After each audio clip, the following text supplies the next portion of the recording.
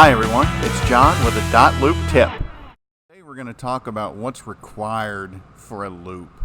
I know in the old system it pretty much told you what was required because it was there. In this system there's more things there than are required, but anything that's there that you need is required. So let's look at one. Let's just open our 1450 East Beacon test document again. And we'll come in here and look.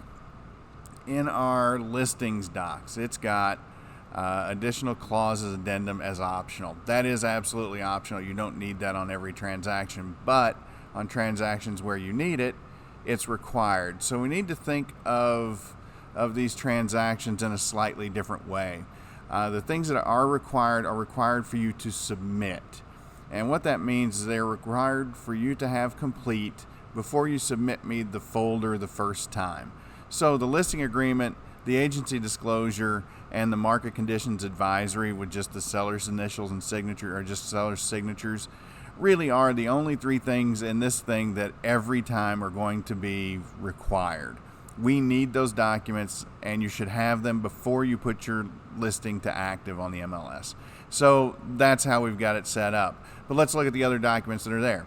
Residential profile sheet, MLS sheet, SPUDs, insurance claims history, home warranty order, addendum, sold change form, consent to limited representation, and disclosure on lead-based paint. All of those things we could need, and we could need those long before the transaction happens, right? This is a listing. We should have ready to go all of these documents. I would argue that the insurance claims history you may not want to do until you get offers in, and same thing with the SPUDs. The problem with doing the SPUDs that way is, yes, it keeps your client from having to redo it or update it, but it sometimes takes them a lot longer to get it back to you than you want. So usually I have that done. And you'll notice that these are grayed out anyway. We can't open these documents and fill them out. We've got to bring them in from somewhere else. So if I was ready to submit this, I would make sure that these three documents were done and any others that I have that are ready to go. So if I've done all of my other documents, if I've done my profile sheet, if I've done my MLS sheet, if I've done my SPUDs, my waiver, my insurance claims history or my waiver, if I've ordered the seller a policy, all of those things are required. I have to look at those and review them because your client signed them. So they are required documents for the transaction at that point. They are not required for you to submit the folder for review. So you've got to think about the way .loop works is that it's got all of the documents that we're going to need, and we trust you to know what you need. So if you need these documents and you use them, you need to put them in there. If you don't need them and they say optional, then they are in fact optional. You don't need to get them to me, but you're probably going to at some point in most transactions do a sold change form. You're probably at some point in a lot of transactions going to need an addendum.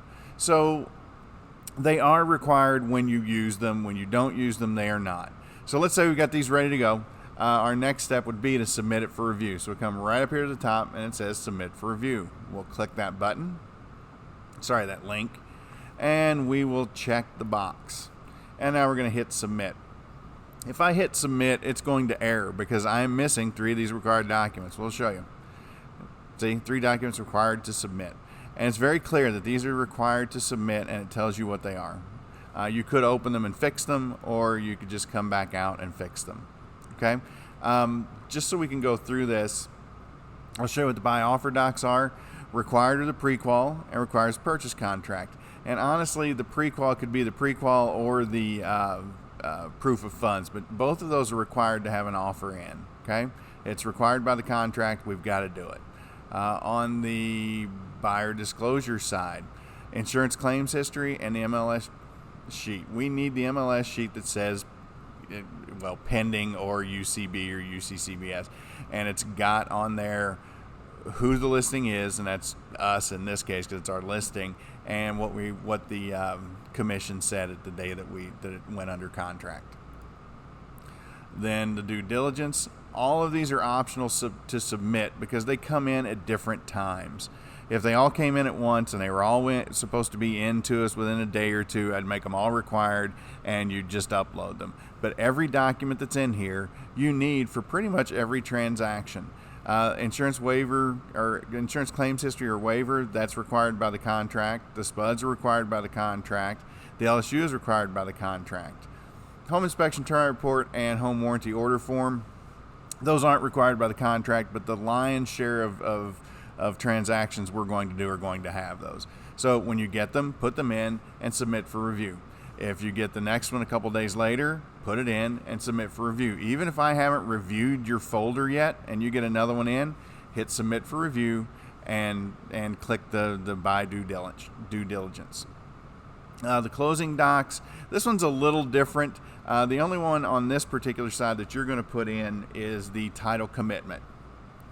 You're going to get an email from your title company within a few days of starting your transaction, and you're going to need to take that title commitment PDF, download it, and load it up in this spot. The commission instructions I will make for you, and the final CD is the one that the title company sends me a hard copy of. That's the one that it has to be, the one that's attached to your check when I get it. So don't worry about loading up CDs and things like that the title company gets you in the closing docs. You can load them there, but they're not the ones that I need. If you get anything else from the title company, you can certainly load it in there. If you can get from the buyer the final walkthrough paperwork, which you should ask for, you're going to want to put that there as well. Okay? So this all seems to, well, it all makes sense. It's all easy to do. Just walk down the list and you'll see that it happens sort of chronologically, but there's some flexibility built in. Thanks for your time, and I hope that you enjoyed this video.